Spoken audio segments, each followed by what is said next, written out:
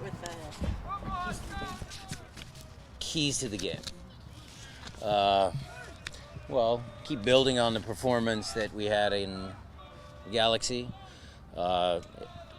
Specifically scoring some goals, timely goals. I mean, I know I've been, saying that we've given up some, bad goals recently, but look, if you're scoring goals a game, maybe you let one bad goal in, you still win 3-1.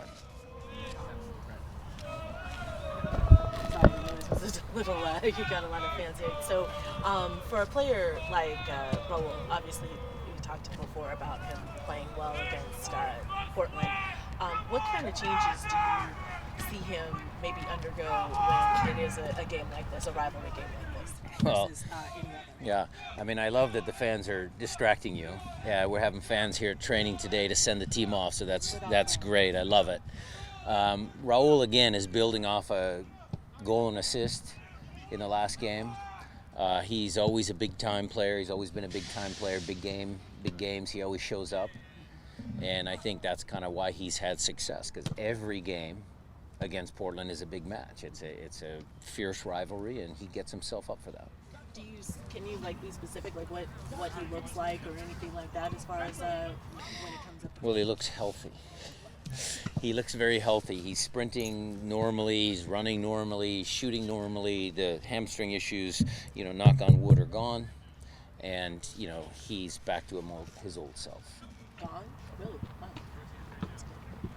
Wow. You mentioned you like the look of Jordan and Raul up top. What is it about those two playing together that you think makes them work so well together? Well, it's kind of it is two forwards. You guys will see it on the graphics as two forwards, but both of them have defending responsibilities that they have to, take into consideration.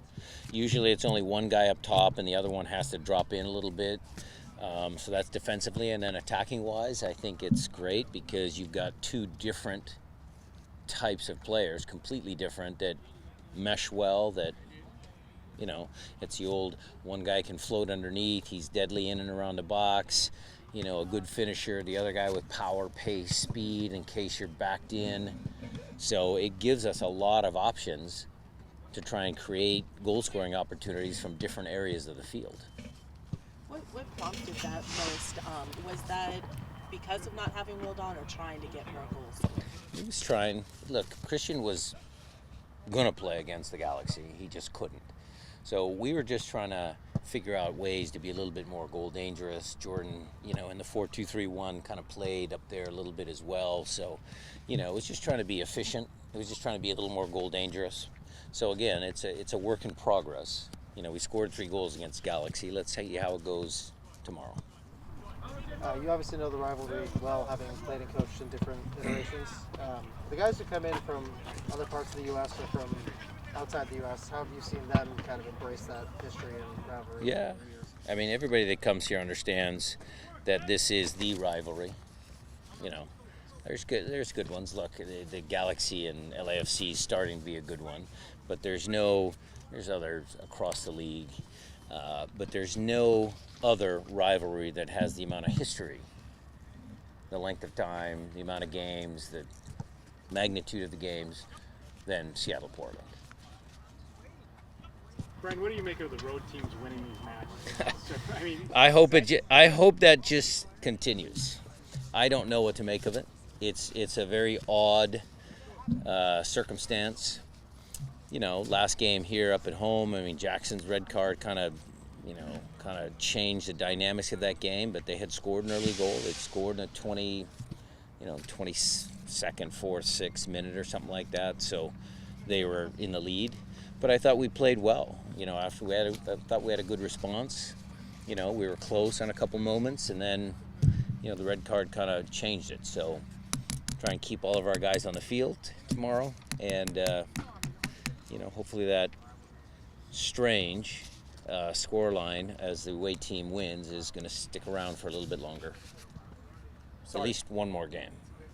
Sorry if you've already been asked this, but Danny Leva's getting more time. What have you seen from his performances? He's growing. He's getting confident. You can tell in training he's, chest out. He's holding his head high, walks around good. I can tell he's confident. I think the guys appreciate what he does because he works hard every day, he works smart. So I just think you're seeing a confident young man. When you look at Portland and what Giovanni Savarese has done with the players he's had this year, albeit a couple injuries, what stands out about their recent stretch here for them? Well, they're a good team, dangerous team. I mean, yeah, some mixed results maybe if you were a Portland fan, but you can throw all that out the window. I mean, you guys will write about it depending on which team wins or loses, but, for us, for Gio, for myself, I mean, it's a game. It's a big game. We want to win. He wants to win. We're not looking at our record going backwards. I'm not looking at his record of, not getting results. We're just facing forward, thinking about tomorrow. Is there anything you can point to at all of why the road team has seemingly dominated this series of the last 5 years? I'm waiting for Jeremiah to figure that out. Well, you see, it's the reverse pressure. I have no idea, Jackson. On a serious note, I have no idea. It's each game. When I look over the course of the games, I mean, they're all different. We went through this morning the coaches, some of the past games, the last couple of years, and each game has evolved a little bit differently. But it's definitely a interesting storyline. Does the preparation in terms of maybe even just like the locker room talks, does it change down there to up here at all? No.